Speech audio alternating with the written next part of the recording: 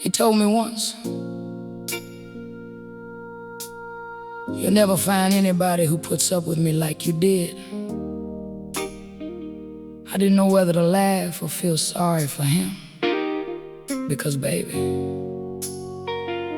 that wasn't the compliment he thought it was. You left on a Tuesday morning, no shouting, no slam doors, just your suitcase by the hallway, and my house suddenly sounding bigger.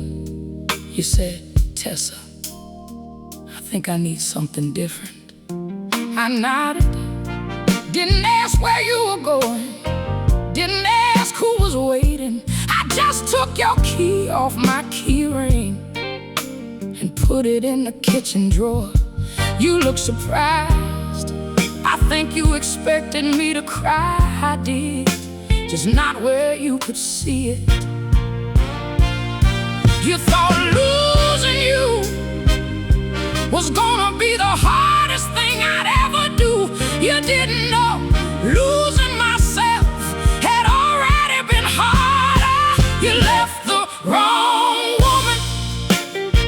You left the woman who knew your coffee order, who covered for you, who prayed for you, who stayed when staying wasn't easy.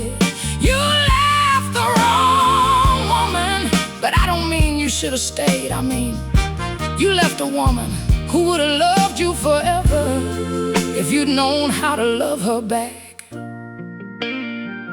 For the first few weeks, I kept expecting your truck. Every time headlights crossed the curtains, I thought maybe you changed your mind.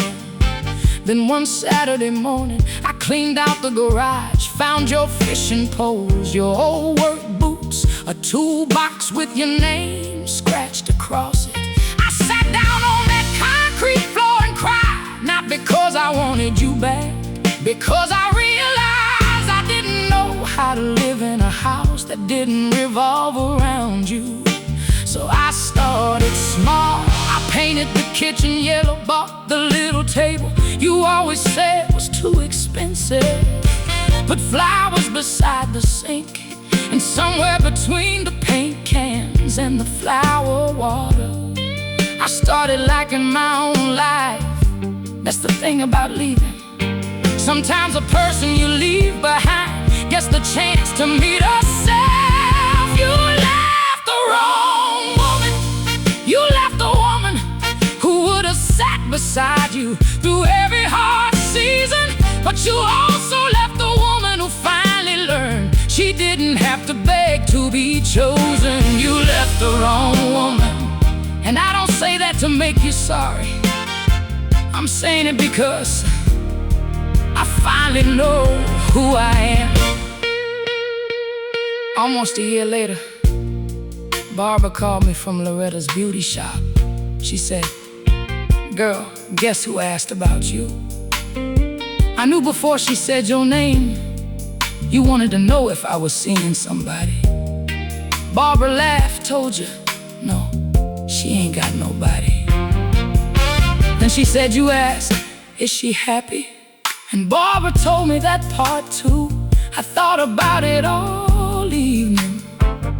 Then I realized that was the first question you'd asked about me in years. You finally wanted to know if I was happy after you were no longer the reason I couldn't be. The truth is, you didn't lose me when you walked out that door. You lost me slowly every time I lowered my voice to keep you comfortable. Every time I swallowed her to keep the peace. Every time I made excuses for a man who would stop making room for me.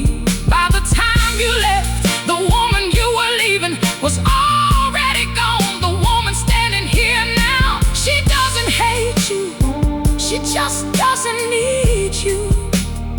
And that's the part you never saw coming. You left the wrong woman, not because I'm better than the woman you found, not because I won. That wasn't a competition. You simply walked away from somebody who loved you deeply, and eventually learned to love herself too. You left the wrong woman, and maybe that's the lesson.